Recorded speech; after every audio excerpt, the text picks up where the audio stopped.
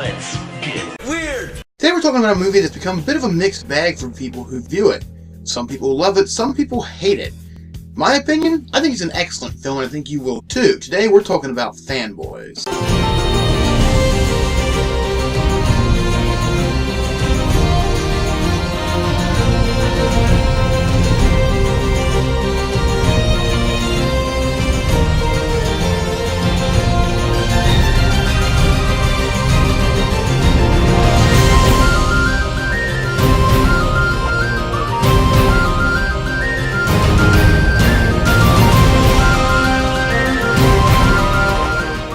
Now before we get into the story, let's meet the characters. Hutch is played by Dan Fogler, and he is the everyman of the story. He's a fat man with big ideas, but still hasn't made it out of his mom's basement. It's a carriage house. Her carriage house. He's a likable guy and honestly reminds me a lot of myself in my early 20s. Now we can't talk about Hutch without talking about Bucephalus. His van. Now first and foremost, this van has a few rules. Rule number 1. In my van, it's rush. All the time. Rule number 2. Nobody touch the red button.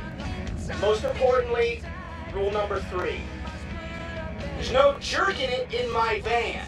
But it is the total party wagon that all of us have wanted at least once in our lives. And next we have Hutch's comic sidekick. This is Window.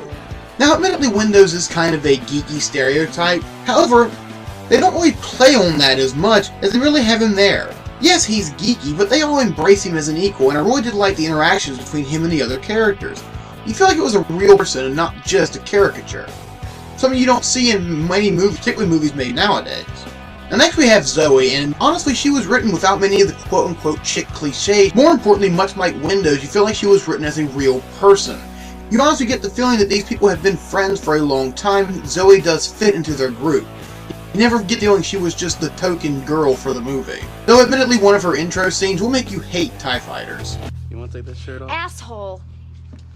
You have been trying that Jedi mind shit on me since the 8th grade. It doesn't work. Oh, it works. Tell her, Windows. I love the feeling of fresh air on my naked breasts. See that? Man's immune to sweater yams. What about me? I like sweaty yams! Next we have the stick in the mud, Bottler, who has convinced himself that being in touch with his geeky roots is in some way failing to grow up. He's never understood the fact that you can still have all of these sci-fi action loves that we do, and still remain as a functioning member of the community. In a lot of ways, the story is about him coming to grips with his life. More importantly, he needs to be the one who's taking the most of an emotional journey throughout the story, with the exception of our next character. Now I'm going to save Linus for a bit later because his character is mainly the MacGuffin that leads the story. The basic plot is that these people were, since they were little kids, have talked about breaking into Skywalker Ranch. Now with episode 1 looming, they see a reason to actually make it a reality. We begin at a Halloween party where Bottler reunites with his old high school friends, Hutch, Linus, Zoe, and Windows. The next day, those two, Windows and Hutch, go to inform Bottler that his friend Linus is dying. Literally dying. In fact, he only has 4 months to live. Cut to later, we see that Bottler is now revising the plan to go to Skywalker Ranch, not for personal glory, but for his friend, Linus, who won't live long enough to see the release of the new Star Wars film. It does give the film a surprising emotional center, as it's more than just 4 or 5 people trying to see a movie early. It's about someone trying to see something and do something before they die. It does actually center it in a very real sense of sadness, which you don't really expect from these kind of comedies. So kudos to them for actually giving it an emotional center and making it believable. Now their first stop is Windows' dream girl, Rogue Leader, who has all the information they need to get into the Lucas Ranch. However, Hutch has another idea. A bit of a pit stop. And where? Some say heaven. I like to call it Iowa. Welcome to Riverside, gentlemen. Future birthplace of one Captain James Baker. Enemy territory. Nice. This would be one of the biggest Trekkie bitch slaps in the history of cinema, and personally, I love it. And they did learn a valuable lesson. No one calls Han Solo a bitch.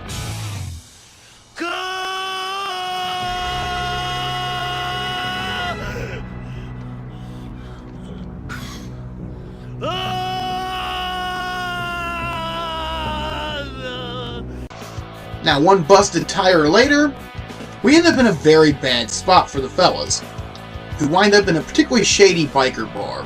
However, once again, hope arises to save them, this time taking the form of Machete, also known as the Chief.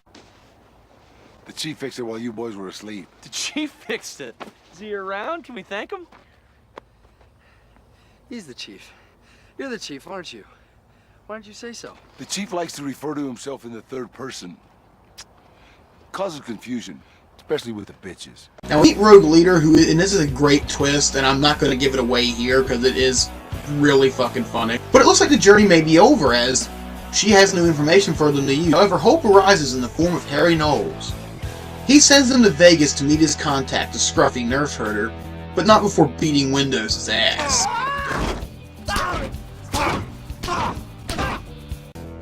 Now trying to go even faster, they wind up speeding down the road, hitting at least 90 miles an hour. This logically draws the police to them, and they decide rather than just pulling over and taking the speeding ticket, they have to run. The main reason for this is because the Chief gave Linus a big-ass bag of peyote, so it's time to break rule number 2. Punch it back!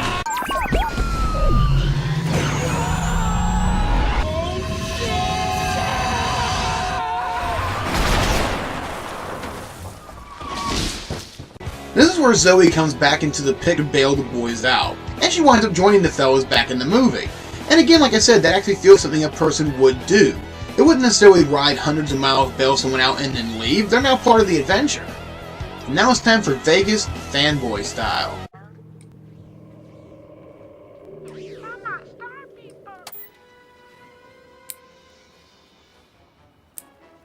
This is so gay. This is where we learn Zoe has a thing for Windows, and of course he doesn't get it. Now, you may call that cliche, but in all honesty, most of the time we're pretty clueless when a chick has a thing for us, so I'm not chalking it up as a cliche. I'm chalking it up as realistic writing. Now, we need to talk about Seth Rogen for a minute, because he plays 3 characters in this film, and 2 of them are laugh-out-loud funny. The first of which is the streaky leader we saw earlier in the film, and the second of which is a pimp that Hutch and Windows wind up getting indebted to. Daddy. Greetings and salutations. It is payday. In fact, the meaning of these 2 characters is just hysterical, mainly because they're both played by the same actor and yet look so phenomenally different. Big props to the makeup guys, the prosthetic people, who really did a fantastic job. Now we meet Harry Knowles' contact, which honestly, if they hadn't ruined it in the trailer, would have been a really funny twist on it. And it turns out, of course, William Shatner, because, of course... I'm William Shatner. I can score anything. There it is. Next we have a very well done chase scene, and you'd be surprised how easy it is to fuck up a chase scene, but they do it really well. You can follow it the whole time, you know where everybody is, and it's actually quite comedic in several areas. Unfortunately, during the course of the chase, Linus ends up injured, and they have to go to the hospital. At this point again, the journey looks like it could be over. However, after a stirring speech from Bottler, proving that he has come full circle and once again feels the love of the geek, they break Linus out of the hospital, and they must continue on. Thus, the break-in begins. And of course, ends in complete failure. In fact, this is when Zoe and Windows finally come to terms with what they feel for each other, and actually do have a pretty emotional moment. And props to Windows, that's fucking Darth Maul he's tangling with. There can be only one. Time for you to get moved, boy. Once they're caught, Lucas himself feels for Linus' plight, and after a bit of a trivia to prove they are who they say they are, he allows Linus to view the film. We then have a shockingly very heartfelt goodbye scene between Linus and Bottler. I'll be honest with you, you're not crying, but you're real fucking close. I'm not even kidding, it's fucking brutal, trust me. And it just comes right out of left field. You really aren't expecting this to be the goodbye moment. And they really do play it incredibly real and really well. You honestly believe this is a conversation that someone would have with someone who they were best friends with, and it is really sad. And this leads into the end of the film, where we see that all the friends, Windows, Zoe, Hutch, and Bottler, have been waiting in line to see episode 1. Linus has obviously passed away, and we even see kind of a nice reunion between Bottler and his older brother, who was introduced earlier. And the film ends on this line. Hey, you guys. What if the movie sucks? If you're a Star Wars fan, you should watch this movie. It is a complete love letter to all of us fans who have been Star Wars fans since we were children and still love it today. There are also a ton of different cameos I did not spoil because they're funnier if you don't see them coming. And quite a few more plot elements that I've left out, but I'm not trying to spoil the entirety of the film. Bottom line, if you're a Star Wars fan, see this movie.